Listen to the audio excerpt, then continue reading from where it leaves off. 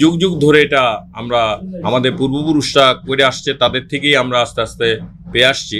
আমরা ওইটাই এখন ওই ঐতিহ্যটাই এখনো ধরে রাখছি যে প্রতি বছরের শেষ 30 চৈত্র আমরা শেষ করে পয়লা বৈশাখে আমরা হালখাতা করি।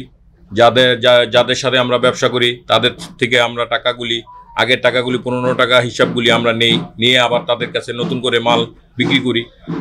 এই একটা বছর শেষে মানে তাদের সাথে আমাদের যে একটা বছর যে ব্যবসা করলাম, তাদের মানে নতুন করে আবার তাদের সাথে এই ভাব বিনিময়ের মাধ্যমে আবার নতুন করে ব্যবসা করার সুযোগ সুবিধা চেষ্টা করি একটু মিষ্টি মুখের মাধ্যমে। এখনো আসলে সেই জাঁকজমকটা অন্যান্য জায়গায় কেমন হয় জানি না, তবে আমাদের আদিকাল থেকে যেভাবে নারায়ণগঞ্জ হয়ে আসছে এখনো সবাই একতালে, মানে এখানে যত গদি আছে সবাই ঠিক একই দিনে এই পয়লা বৈশাখের দিন এই হালখাতাটা করে। কেউ ব্যতিক্রম না যে অন্যান্য জায়গায় দেখা গেছে কে নিজের ইচ্ছা মতো নিজে একটা ডেট ফিক্সড করে হালখাতাটা করে, কিন্তু আমাদের এই নারায়ণগঞ্জে সবাই একই দিনে মানে এই পয়লা বৈশাখ উদযাপন করি। 1, 2, 3 ঢাকায় জমি জিতে নিন 100% ক্যাশব্যাক সহ 20 কোটি টাকার পুরস্কার। নিতাইগঞ্জ একটা পুরনো ব্যবসায়ী এলাকা এবং সারা বাংলাদেশ পরিচিত এবং সবাই এখানে নিতাইগঞ্জ থেকে একটাকে চিনে এবং ভালো একটা ব্যবসায়ী প্রতিষ্ঠান এখানে আছে, পাইকারি সেল হয়, অনেক প্রচুর পরিমাণে মাল পাওয়া যায়। এই হিসেবে বাংলাদেশটা সরাই ছিটে আছে নিতাইগঞ্জের নাম। অনেক প্রতিষ্ঠিত ব্যবসায়ী এখানে, অনেক সারা বাংলাদেশ নিতাইগঞ্জকে চিনে এবং আমরা ওইভাবেই আমরা এই পয়লা বৈশাখের দিন আমরা হালখাতা করি, আনন্দ উৎসব করি, লোকজন আসে, কৌশল বিনিময় করি।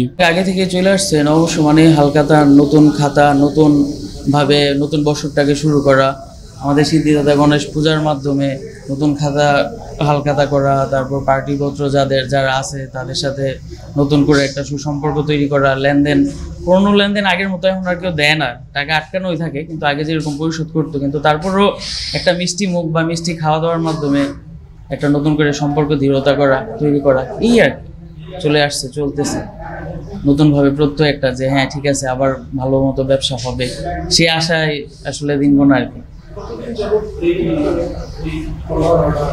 এটা আমাদের মানে বঙ্গাব্দ তো আজকে 1431 বঙ্গাব্দ শুরু হইলো, তা আমরা মনে করি সেটা সেই শুরু থেকেই চলতেছে, যেদিন থেকে মানে বাংলা নববর্ষ শুরু হয়েছে সেদিন থেকেই চলতেছে, আমরা এটা বিশ্বাস করি। মানে হচ্ছে আগের অনুযায়ী আপনার বর্তমান যে পরিস্থিতি, এই পরিস্থিতির কারণে উৎসব তো মানুষ দূরের কথা, মানে অর্থনৈতিক অবস্থা খুবই খারাপ, সেই ক্ষেত্রে আমাদের উৎসব আনন্দ এখন বলতে কিছুই নেই।